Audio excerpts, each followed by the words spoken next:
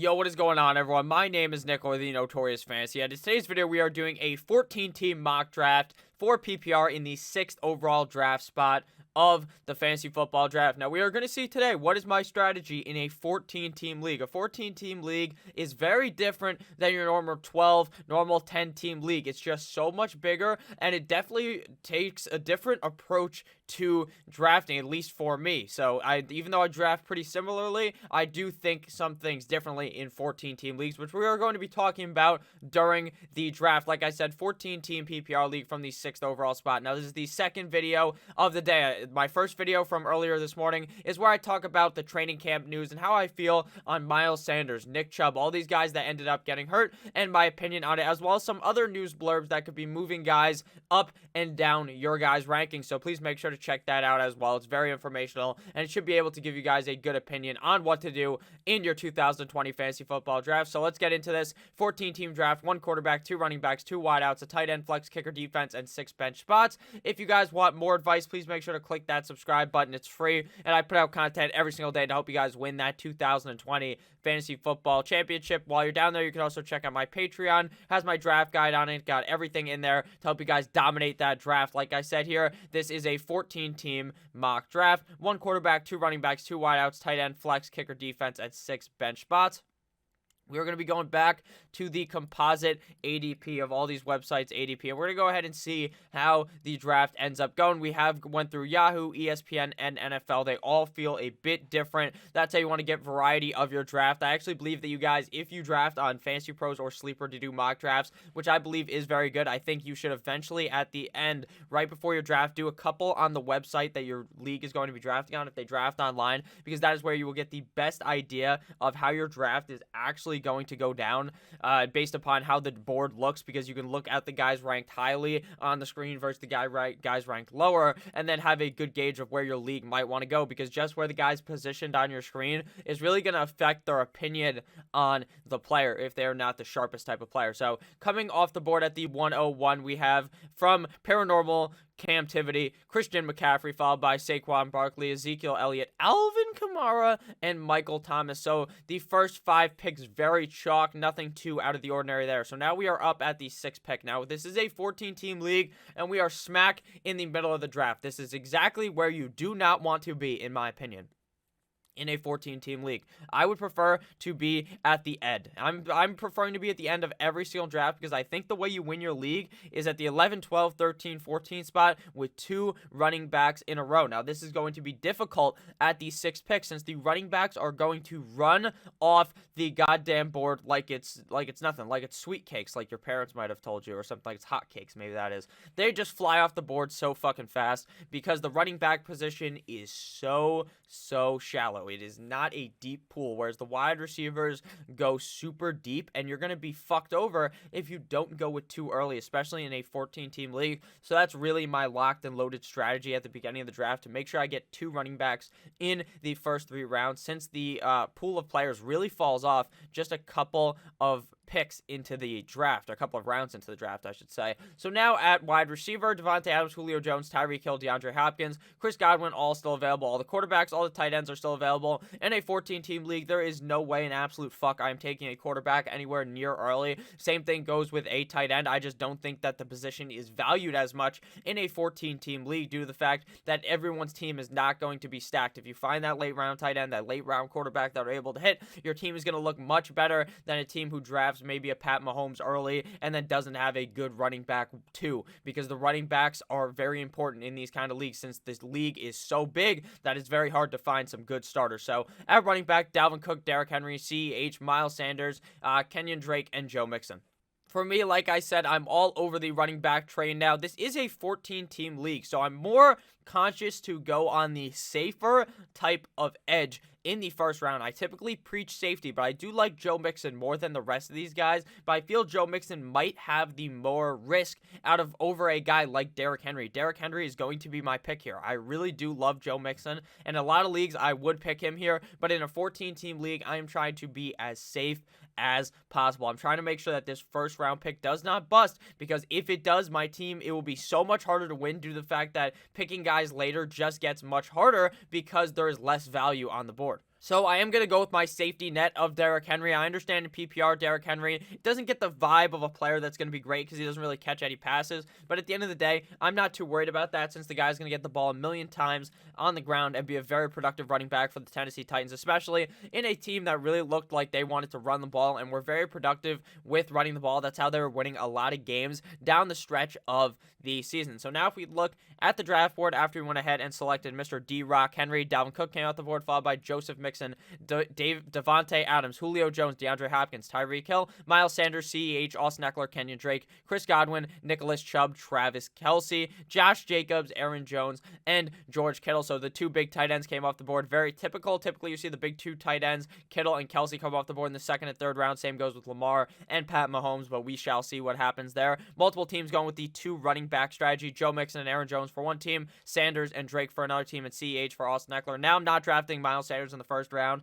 I wasn't anyways, because I wasn't really all aboard the train. Now I'm off the train, hop off the train and run the fuck away because Miles Sanders is going to get caught in the running back by committee. Now that he gets hurt, they're going to bring someone else in. It'll be just a couple of days from now when Devontae Freeman moseys on in there and fucks everything up for Miles Sanders. So just go ahead and fade him now before it is too late. A lot of my favorite running backs are already off the board, so we're going to see who's available at the 209. If you want to go ahead with the double running back strategy at wide receiver, Allen Robinson, Kenny Galladay, DJ Moore, Juju Smith-Schuster, Mike Evans, and Mari Cooper, all still available. All the quarterbacks are still available at tight end. The best available player for me is Mark Andrews, but we're not going to pick him in the second round, especially in a 14-team league. So looking at running backs, Gurley, Fournette, Chris Carson, Le'Veon Bell, James Conner, Melvin Gordon, all still available. Now, the running back core is absolutely fucking decimated, and we are already in the second round of the draft. Now, my favorite player here to pick would be Leonard Fournette, and I don't think he's going to fall to me in the third round. I think there will be a solid wide receiver that I can pick up here to start as my wide receiver one in the third round, since the first two rounds are heavily dominated by the running back position. I just feel my best chance of getting a good running back would be in this round versus the third round. I just don't think anyone's going to fall to me that I would really want as my running back too. So here, we're going to go ahead and reach up a little bit and select Leonard Fournette, running back of the Jacksonville Jaguars. Now, I don't think he's going to return as one of those guys that gets 100 plus targets, because last year that seemed like an anomaly for me. It was not due to the fact that Minshew was just a dump off machine. It was just due to the fact that there was really no one around him or really behind him to be able to catch those passes. Now they bring in running back Chris Thompson, formerly of the Washington football team. Now he becomes a guy that is going to be dangerous in the pass-catching game. So I don't think Leonard Fournette necessarily goes from 100 targets to 0, but I think they might meet in the middle at a happy 50 targets, maybe 60 around that area, at least to me, for Leonard Fournette. So I think he's still going to be good in the rushing game. He only scored 3 total fucking touchdowns last year. The guy was a workhorse back with not 1, not 2, but only 3 fucking touchdowns. How does that even happen? Typically, you would see a running back that is really balling out and getting a bunch of yards, finishing inside the top 12 at the running back position, score at least 5, 6, 7 touchdowns. That was just not the case for Leonard Fournette, and I really think that will be the case this year. With that defense being so bad, sure, that does kind of limit the fact of Leonard Fournette running, but it did not really seem to matter at all last year when they were still running a lot, even down in games. So I think Leonard Fournette is going to be productive yet again. Sure, you could go with Todd Gurley, but I prefer not to draft guys that are injured and guys that are limping around in practice and guys that I didn't even like before I knew he was limping around in practice, especially on such a pass-heavy team in Atlanta. So we're going to go with Leonard Fournette here with our second round selection. Sure, it is a little bitty of a reach. It's an 89% chance that he would have been available at your next pick, but I don't believe that for jack of all shit because a bunch of running backs went off the board. After we went with Leonard Fournette, Pat Mahomes came off the board, followed by Lamar Jackson, Kenny Galladay, Todd Gurley, Mike Evans, Allen Robinson, Melvin Gordon, DJ Moore, Chris Carson, and Adam Thielen.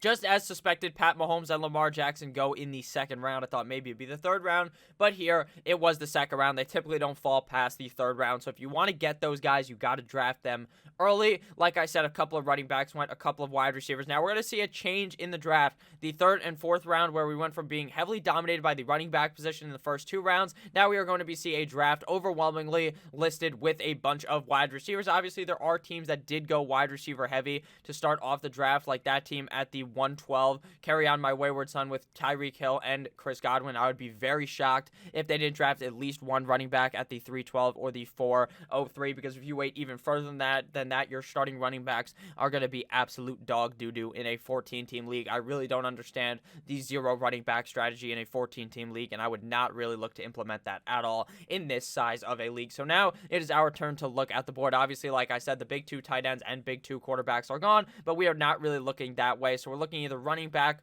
or wide receiver. At wide receiver, Juju Smith-Schuster, Amari Cooper, Odell Beckham Jr., Robert Woods, Cooper Kupp, Calvin Ridley, A.J. Brown, Keenan Allen. At running back, Le'Veon Bell, James Conner, David Johnson, Jonathan Taylor, Mark Ingram, David Montgomery. So we're going to take the shot here and hope that David Montgomery falls to us in the 4th round, and we are going to go ahead here and select wide receiver Robert Woods. I'm kind of moving up on him above Cooper Kupp. I just really saw last year that when they committed to the 2 tight end set, that Robert Woods was the guy dominating. Cooper Kupp was kind of the guy taking the back seat, being the Cooper Cuck sitting there in the corner, while Robert Woods is railing defenses that are his wife. He's just watching over there in the corner. So I'm going to go ahead here and take Mr. Bobby Trees of the LA Rams, one of my favorite wide receivers for this season. I would not argue, though, going Cooper Kupp. I do have Kupp ranked higher, but I might move Woods ahead of him due to the fact that I just feel a little bit more confident in Woods, but Kupp is always definitely one of those safety net type of picks you can take early in your draft, the guy that you know Jared Goff loves to throw the rock to. So we're going to go with Robert Woods here at our 306 pick. The problem with being here in the middle is we are in the middle of the whole goddamn draft. And it's just annoying because you can't really just take those 2 picks and then relax a little bit. You always have to be kind of really, really on par and just paying attention the whole goddamn draft, which obviously is something that might be good because you might be even sharper because you're paying attention the whole goddamn time. But personally, I'm more of a guy where I like to fucking just be locked and loaded at any pick. I'm locked and loaded at any pick. I'm just saying in general, I think that if you're picking at like the 14 pick, you might get a bit less paying attention because you just go Kupp, then you go Ridley, and then you're just waiting a while, and then it moseys on back to you. But then you might just start panicking. So that's why it might be better to be in the middle for your own sane mind. Hopefully I just rambled on for a little bit, even though it probably has nothing to do with anything. If you guys have enjoyed this video thus far, please make sure to click that subscribe button down below. I would really appreciate it. It's free, and like I said, I put out content every single day to help you guys win that 2020 Fantasy Football Championship, and I try to make it funny. I hope you guys have had a great time. Now, speaking of funny looking, we got Odell Beckham Jr. with that weird-ass haircut coming off the board at the 307. Do not pick Odell. They are going to be very run-heavy in 2020 under head coach Kevin Stefanski. I don't understand buying in on Odell Beckham Jr., who wasn't even the primary target for Mr. Baker the Faker Mayfield in 2019. After that, we see James Conner come off the board, followed by Amari Cooper, Juju Smith-Schuster, Zach Ertz, Mark Andrews, Le'Veon Bell, Cooper Kupp, Calvin Ridley, A.J. Brown, Keenan Allen, Cortland Sutton, Tyler Lockett, David Johnson, DJ Chark, and Devontae Parker. So after our pick, only 3 running backs came off the board. The wide receiver position, like I said, really just dominates these 3rd and 4th round. We saw Zach Ertz and Mark Andrews go back-to-back Michael Jordan 96-97. I definitely prefer Mark Andrews over Zach Ertz. Now, my thoughts here are that I think that this round right here is where you are going to find some supreme value at the running back position right here at this spot, since no one is going running back. They're trying to get their 2 wide receivers, 2 running backs to start off the draft, but we're going to go ahead here probably and select a running back with some high upside to be our flex. And if Fournette or Henry were to go down or were to not play up to expectation, you can go ahead and slot that guy in as your running back number 2. Plus, what I really wanted to talk about was the fact is we are going to see what happens after Ertz and Andrews. There are going to be leagues where there's a lull at tight end, where we wait a couple of rounds before maybe Evan Ingram comes off the board, or maybe Darren Waller comes off the board, one of those top tight ends. In some leagues, you'll see Andrews come off the board, and then you'll see a brigade of tight ends come here in the 4th and 5th round. I'm very interested to see what happens after our picks. So we can go ahead and try to figure out how people are going to be drafting in 2020. Now, some of this shit just goes completely out the window when you're at your actual draft, because your friends, your family, whoever you're drafting with, maybe just randoms, might have no idea what the fuck is going on and just start hammering off some really weird picks. So you can go ahead and try and figure out what they are going to be doing. If you have played in a league with people before, I would suggest checking out the league history and looking at the draft from years prior to figure out where the quarterbacks go, where the tight ends go, and how the draft overall goes, so that you can figure out how to even further dominate the league and develop a better strategy due to the fact that you feel like you know what may happen. Now, things change on a year-to-year basis, but some guys just love the tight end position like their name was Phillip Rivers, because that man has 7,000 kids. Now, to digress, it is now our turn to draft a running back or wide receiver. receiver, Jonathan Taylor still available, followed by Mark Ingram, David Montgomery, Terry McLaurin, and DK Metcalf are the top 2 wide receivers still available. Now, right here is where dreams are made of. Do I want to go ahead and take Jonathan Taylor? Do I want to take the risk on a guy that I think is a top 12 running back when he plays? Now, I think it's going to take a while for him to become the starter. I think it'll take a couple of weeks. But once that happens, I think Jonathan Taylor is going to be able to carry this roster. Do I want the safe pick in David Montgomery, the guy who I know for a fact I could play in my flex every single week and does have the upside to potentially become a top 12 guy if he is given the opportunity with the skill set that I believe that he possesses? It is really kind of a tipsy-turvy thing here. Or do I want to go wide receiver and make sure I solidify my wide receiver too and get a guy with top 15 potential in Terry McLaurin of the Washington football team? So I'm going to go ahead and look back at the draft. I know I spoke on how about I felt really locked in on David Montgomery, but do I feel like a bunch of running backs will go here in the next 1, 2, 3, 4, 5, then the next 10 picks before it is my spot? So if we look at the board, we could see that the team right after us has 2 wide receivers. This team has none, so it's likely that they will draft a wide receiver. This team likely to draft a running back here. This team likely to draft at least 1 wide receiver, probably 2, I would say here. And this team likely to draft a running back. So if we want to get our running back, or if we want to get our running back in the next round and go wide receiver here, I don't believe that they will fall to me. So I'm going to go ahead and use my own mental brain and make the decision here that I have to go running back. I'll feel confident in having a wide receiver 2 of the other guys listed on the screen, since I think there's a lot of wide receiver value later that could even start as my wide receiver 2. So I'm going to go ahead here and go running back. Now the question is, do I want to go with the more safer pick, or do I want to risk it for the goddamn biscuit? And I am a very risky fantasy player. I like to take my risks in the draft, but in a 14-team league, is that worth it to me? I think it is. I think I'm going to go with Jonathan Taylor here. I know for a fucking fact he is not going to start in my flex for the first couple of weeks. I know that I'm going to wait for him to emerge past Marlon Mack. I saw a video of Jonathan Taylor running the ball, and the guy looked like fantasy football. Jesus Christ. He looked like an amazing running back, and I knew he was amazing because I watched his tape out of Wisconsin, and the guy would make you blow your load straight in your pants. So I'm going to go ahead here and draft Jonathan Taylor, but if you want to be safe, you can argue going David Montgomery here. I just don't think he or Montgomery would fall to me in the next round, but we shall see how wrong I probably was. So after we went ahead and drafted Mr. Jonathan Taylor, we see that DK Metcalf came off the board, followed by Terry McLaurin, Devin Singletary, quarterback Dak Prescott, T.Y. Hilton, Darren Waller, Stephon Diggs, Kyler Murray, Hollywood Brown, and DeAndre Swift. We can see that my theory was completely false because we could have gotten David Montgomery there and drafted Terry McLaurin instead. So that's just the price you pay for trying to outsmart the draft. Now, realistically, I don't think that this is how a real draft would have played out. There's no way that that team drafts DK Metcalf there. In my opinion, they really needed a running back. Same thing with the first team. I don't know why they would draft injury-prone T.Y. Hilton over securing a running back too in a guy like David Montgomery. That just makes no sense to me. The other team obviously makes more sense for them to not have drafted one because they already had 3. The other team already had 2, and so it's just kind of a bit iffy to me here. I don't know why you'd pick DeAndre Swift over David Montgomery as well. DeAndre Swift definitely has potential to be a better player overall for their NFL career, but for on a year 1 basis for DeAndre Swift, I just don't see a point or an even way that he would be able to outscore David Montgomery in his first ever NFL season, personally, with the team running the ball so little. So you could go David Montgomery here, but we are going to dip into the wide receiver well, since I feel like we are going to be missing out if we don't snag our wide receiver 2 here. There are a bunch of solid picks on the board. Jarvis Landry, if he plays week 1, would be probably the better pick here, or one of the premier picks at the position, due to the fact that the guy is locked and loaded safety. Even though I spoke about Kevin Stefanski being a very run-heavy coach, I don't think that really affects Jarvis Landry, since Jarvis Landry is just a fucking target monster for the team. We already know Baker Mayfield loves to throw on the ball, but the pick for me here is Tyler, Boyd of the Cincinnati Bengals. Now, I don't want to hear no bullshit about AJ Green. AJ Green gets hurt in practice. The motherfucker is never healthy. Let's see if there's any new reports about him. The guy has been healthy in 2 years. However, blah, blah, blah's legitimate superstar. Get the fuck out of here. He's been removed from practice a couple of days ago.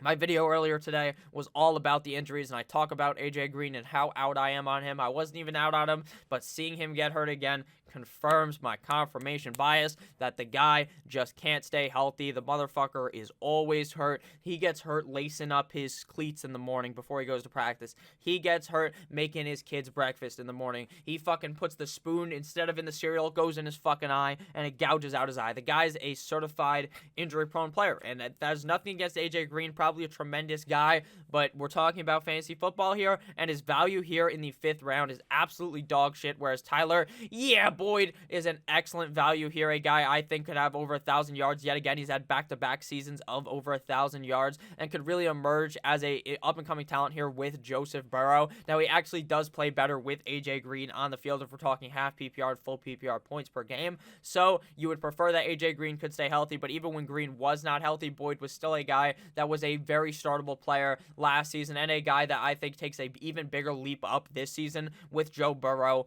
under center. So if you guys have enjoyed thus far, please make sure to click that subscribe button, as I said a couple of minutes ago. So after we went ahead and drafted Mr. Tyler Boyd, I'm going to go ahead and readjust my camera here and put us up top so that you guys can get a better view of the draft. So after we went ahead and drafted Tyler Boyd, his teammate AJ Green came off the board. Like I said, terrible pick. Don't be picking AJ Green. Followed by Russell Wilson, Deshaun Watson, Mark Ingram, Jarvis Landry, David Montgomery, Will Fuller, Julian Edelman, Eazy-E, Evan Ingram, Tyler Higbee, Ronald Jones, Kareem Hunt, Carson Wentz, Michael Gallup, Brandon Cooks, and Raheem Mostert. So to answer the question I asked myself earlier, where will the next tight end group come off the board? After Ertz and Andrews, they were drafted in the 3rd round. 3 rounds later, we see Higbee and Evan Ingram come off the board. So that's going to be something very different in every single draft. Like I said earlier, you might see a tight end run, or you might see a bit of a lull between the position. At quarterback, we kind of saw that as well, but we saw them go like a couple of rounds later. A bunch of quarterbacks came off the board. I don't understand at all the numbskulls drafting Carson Wentz ahead of the guys still available. Josh Allen, Matt Ryan are just locked and loaded to be top 8 guys, whereas I'm just not ultra confident that Carson Wentz is going to be able to do that. So here we are going to go ahead and draft probably some more running backs and wide receivers. I'm not all about hopping on the tight end train. Some picks I don't like out of these. I do not like AJ Green, like I said. I'm not about Raheem Mostert. I don't understand drafting Evan Ingram either. The guy's just so injury prone in the 6th round. I'd much rather wait. Some picks that I really like. I like the value of David Montgomery here in the 5th round. I like the value of Julian Edelman. I like Kareem Hunt, Ronald Jones, and I really am kind of moving up on Brandon Cooks, but not an ultra big fan in the 6th round. But hey, that's probably where you're going to have to pick him in one of these leagues, because the 6th round's really like the 8th round in a 14-team league versus like a 12-team league, since the additional picks are coming off the board. Like I said, I'm not all about the quarterback early trade, so we're probably going to draft some running backs as well as a mix of wide receivers until we get to a round where I feel like I need to draft Hayden Hurst, which might just be next round in this draft, since it is obviously a deeper type of league. So here, I want to go with a running back that I feel will be our flex until Jonathan Taylor becomes that guy, and that is running back James White of the New England Patriots. This guy is an absolute safety net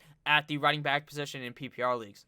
Now, I understand that Tampa Bay Tom Brady is leaving the team. He went ahead and went to Tampa Bay, obviously, but that doesn't really affect James White to me. I think Cam Newton is going to be an expert at dumping the ball off because he was in Carolina. He was really heavily dumping the ball off to Christian McCaffrey. There's a reason why Christian McCaffrey looked like the player he did. Now, any dumbass at the quarterback position could dump the ball off to Christian McCaffrey and make Christian McCaffrey look great, but so can anyone to James White. James White is a freak athlete in the backfield for the pass catching game, and I believe that with Lamar Miller being there and being kind of it doesn't look like maybe he'll be good to start the season. Doesn't look like Sony Michel's going to be good to start the season. It seems like Damian Harris might be their starting fucking running back, and I think that means that James White has pivoted even more of a role and is going to be getting more touches this season as compared to seasons prior. Even better, boosting up his fantasy football value. But in a PPR league, a guy that I think is going to get a bunch of dump-offs every single game is definitely a very safe pick here inside of the 6th round of the draft. And he's not even a starting running back for us.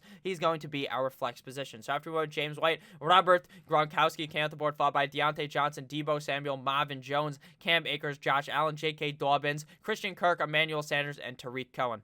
Gronk in the 6th round just screams some guy who was stuck in 2017. Don't draft Gronk in the 6th round. There's much better tight ends later. That's just way too early for him anyways.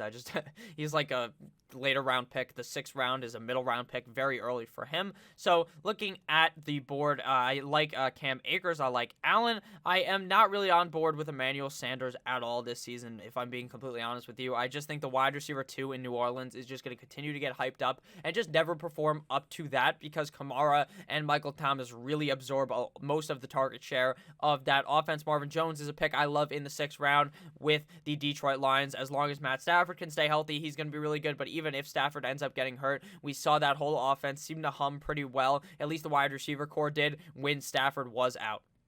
So normally we would draft a running back here, but we do already have 4 running backs. I feel like I do want to go ahead and get my wide receiver 3 in case any of these guys were to go down. Now, we are in the 7th round, but in the 7th round of a 14-team league, the wide receiver core even gets dissipated even faster. While it is still strong late, and there's a lot of guys super late that I think could be fine and could be flex options for your team, I just think that right here, if I miss out on one of these guys, I'm going to be very disappointed in like the 8th or 9th round, having a bunch of running backs and not really having a guy that I feel confident in if Tyler Boyd or Robert Woods were to go down. At week 9, they have the same exact bye week, so obviously you're going to be worried week 9, so you need to make sure you find some other guys that could start in their spot. So here we are going to go ahead and snag one of my favorite late round wide receivers, but actually I might go tight end here, since I feel like the wide receiver core will still be fine in the 8th round, maybe getting Anthony Miller or a guy that I like later. Whereas I think if Hayden Hurst goes, my tight end will not be very good. I understand the 7th round's a bit of a reach for him, but I really see top 5 upside from Hayden Hurst. I haven't ranked inside my top 5 tight ends. I think that the Atlanta Falcons offense and Dirk Cutter, the offensive coordinator, are very prone to getting the tight end involved. We saw Austin Hooper get almost 100 targets just playing in 13 games last season. And I think if we project that type of number output to Hayden Hurst, which I think is definitely possible, we could see a top 5 tight end finish from Atlanta's finest, Hayden Hurst, on a super pass-heavy team, the number 1 pass-heavy team in the NFL last season. And now you might say, oh, they're going to regress, right? You can't have the most pass-heavy team multiple years in a row, but that may be true with most teams. But the Atlanta Falcons and Dirk Cutter just seem like they want to throw the ball so many times that I wouldn't be surprised if they threw the ball even more and still finished as the number 1 pass-heavy team in the NFL. After we went with Hayden Hurst, Drew Brees came out the board, followed by Jordan Howard, Jamison Crowder, Matt Breida, Pittsburgh Steelers defense, Tom Brady, Darius Slayton, Matt Ryan, Phillip Lindsay, me, Cole Hardman, Kerryon Johnson, Darrell Henderson, Tevin Coleman, John Brown, Marlon Mack, and Sony Michel.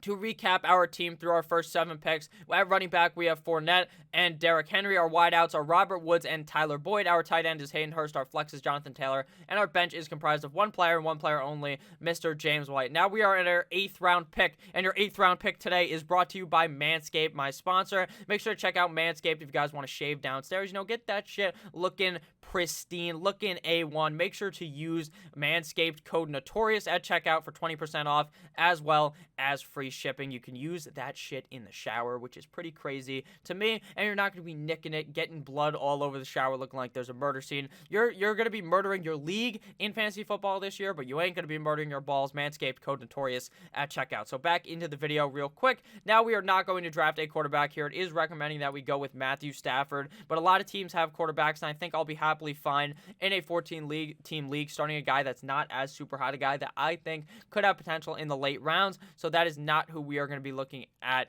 here at this pick. We are probably going to go ahead and feed the running back or the wide receiver position. Sony Michel came out the board at the 806. He's still too high in ECR or in ADP, whoever the fuck we're looking at here.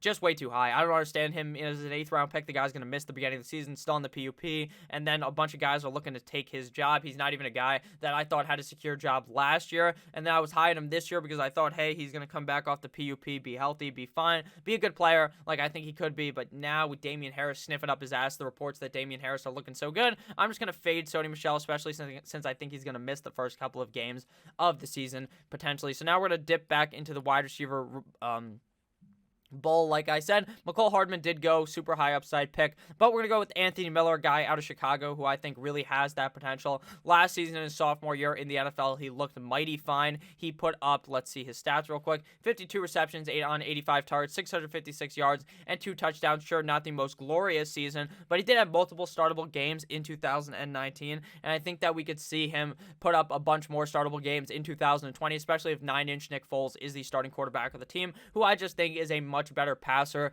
than Mitch Trubisky. I think the offense is going to be humming much better under him, considering the team will just look better since they're not having as many turnovers. They're not worried about throwing a bazillion picks with Mitch Trubisky. And I think the defense also gets better. Since the defense really took off last season, they didn't look as good as they looked prior, even with still such a star-studded defensive roster.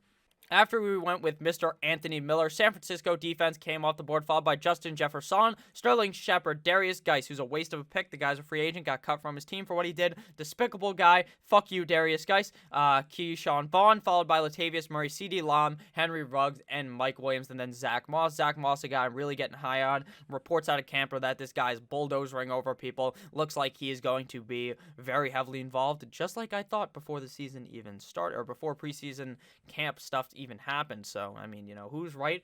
This guy's got 2 thumbs, and he's very correct. So now, looking at running backs, they're really starting to fall off here. Same with the wide receivers. It's a 14-team league, so it is kind of a shit show later in the draft. But that's why you got to watch the whole video to find the diamonds in the rough who are actually going to be helpful for your roster later inside the draft.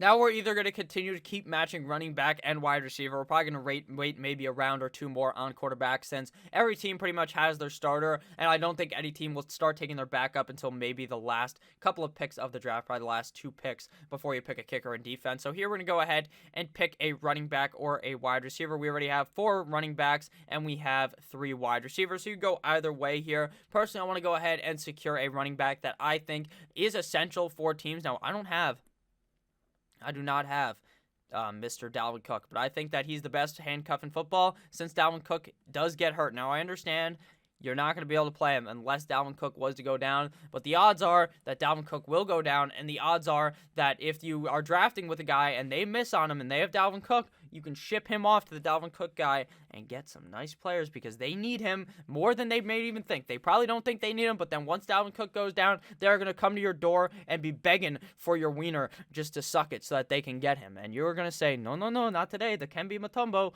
You're going to start him in that case. But otherwise, you might be able to get some nice value for Alexander Madison from the owner of the Dalvin Cook player. So after we went Madison, Duke Johnson came off the board, who guy's always been a PPR guy.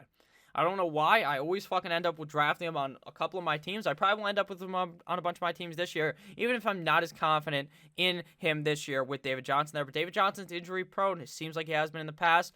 But I just hope he stays healthy because I love that guy. After Mr. Duke Johnson III comes off the board, Jerry Jeudy came off the board, followed by Robbie Anderson, Adrian Peterson, Antonio Gibson, Tony Pollard, Boston Scott, Golden Tate, Naheem Hines, Jalen Reagor, Chase Edmonds, Preston Williams, Baltimore Ravens defense, Hunter Henry, Sammy Watkins, and Alshon Jeffrey. It's going to be so funny when in drafts, Boston Scott skyrockets to the fucking moon. Lands on the moon in drafts, goes up so much ADP since Miles Sanders like week to week, and then they just add like Devontae Freeman. That's just gonna be fucking hilarious. So now at our next pick here, we're probably gonna keep dipping into the running back and wide receiver. Well, at wide receiver, one of my favorite late round wide receivers is still available. Now, reports out of camp are not looking good for N'Keal Harry. The reports of this guy's an absolute garbage can. He is not playing well. Absent from practice, blah, blah, blah, blah, blah. It might take a while. It may for N'Keal Harry, but I believe in the talent. I believe that Bill Belichick wouldn't have drafted this guy in the first round if he was shit. I just don't believe that at all. I think Bill Belichick is one of the smartest guys ever. For football-wise, got a great football mind. I think N'Keal Harry is going to be great. Now, it may take a while, but I think him and Cam will develop that connection, and he will look good considering he's such a talented player. I thought he'd be good last year. He ended up getting hurt. He's not hurt right now. So I'm going to go ahead and believe in Mr. N'Keal Harry and draft him in the 10th round, even though the reports are not going the way of N'Keal Harry being some type of great guy. Now, I think Mohamed Sanu might even be a steal now in drafts. Super late if N'Keal Harry is not looking as good as the reports say, but shall see in the next couple of days if reports change. So after Harry, Justin Jackson came off the board, followed by Jared Cook, Austin Hooper, Curtis Samuel, Rashad Perryman, Buffalo Bills defense, A.J. Dillon, New England Patriots, DeAndre Washington, and LeSean McCoy. LeSean McCoy is just a waste of a pick. That guy's not going to touch the ball at all. This guy literally has 3 wide receivers early and then one with all running backs. Very bold strategy there. Cotton LeSean McCoy is not going to do shit for you. I'm sorry to tell you. A.J. Dillon is going to skyrocket off boards, do the videos of this guy, his legs, he's looking chonk as fuck. He's looking built like Saquon Barkley.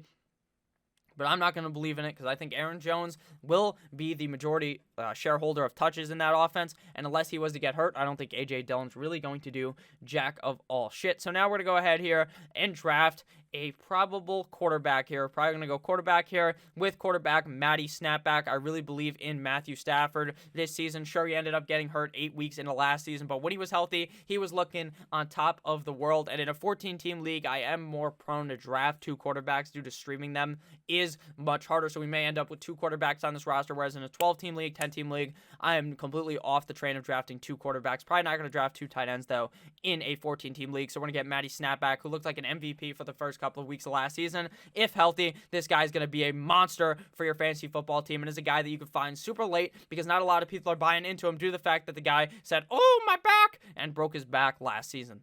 So now we need to go ahead and draft 2 more running backs or running back and wide receiver here to finish off our draft. So looking at wide receivers, it's really just dull back here. You're really just going for upside pick, or maybe you want to go with the safer pick like Randall Cobb, who could potentially be the wide receiver 1 on that team a couple of weeks into the season. Deshaun Watson typically goes to a player like Randall Cobb and has been looking for a player like him in the NFL and has yet to find a guy as developed as well as Randall Cobb. So I think Randall Cobb could even be solid while Stills, if Stills comes back, or while Cooks and Fuller are healthy, but we know Cooks and Fuller aren't the guys that would be like the staple of being the most healthy fucking guy because they just always end up getting hurt. So we're going to go ahead here and draft Randall Cobb here deep in the 12th round and hope that Randall Cobb is potentially the guy that I think he is. And then lastly, we are going to be drafting a running back to complete our draft and then go kicker and defense, unless we want to draft a quarterback here based upon the running back still available. You know the draft is getting super deep when someone drafts Marshawn Lynch. So after Randall Cobb, Larry Fitzgerald came off the board, followed by Saints defense, Darrington Evans, Noah Fant,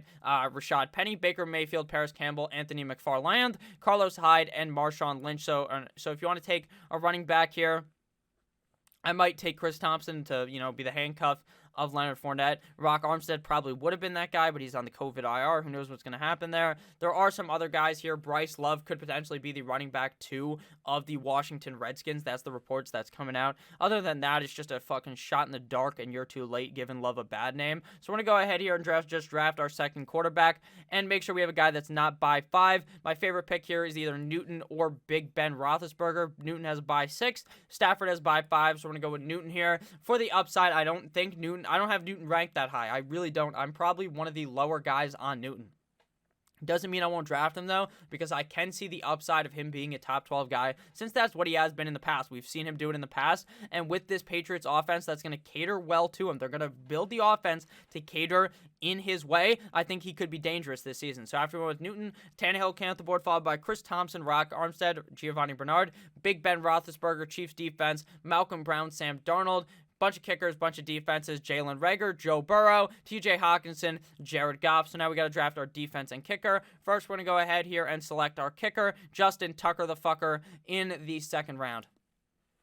We're our second best ranked kicker. This is the 14th round. And then in the last pick, we're going to go ahead and draft a defense. So looking at the board after we drafted our kicker, Justin Tucker the fucker, we can see that Mr.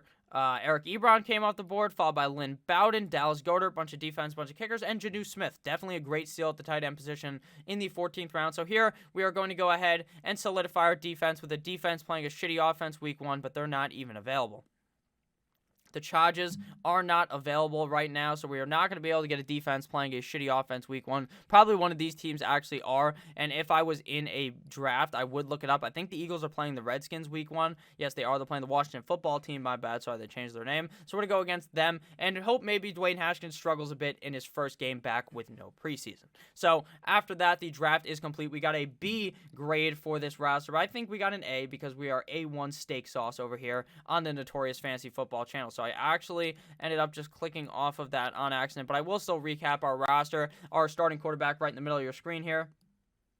I'll move myself right next to it so you guys can even see it better. We got Matty Snapback, our 2 running backs to start. Our Derrick Henry and Leonard Fournette. Our starting wide receivers are Robert Woods and Tyler Boyd. Our tight end is Hayden Hurst. Our flex is Jonathan Taylor. Our defense is the Eagles. Our kicker is Justin Tucker the fucker. Our bench is comprised of James White, Anthony Miller, Alexander Madison, N'Keal Harry, Randall Cobb, and Cam Newton. So thank you guys all for watching this video. If at any point you ended up enjoying, please make sure to click that subscribe button. Check out the Patreon down below for the draft guide. Check out Manscaped as well. Code Notorious at checkout for 20% off, as well as free shipping. I love each and every single one of you motherfuckers, and I'll see you guys tomorrow with yet another heater of a video. Goodbye!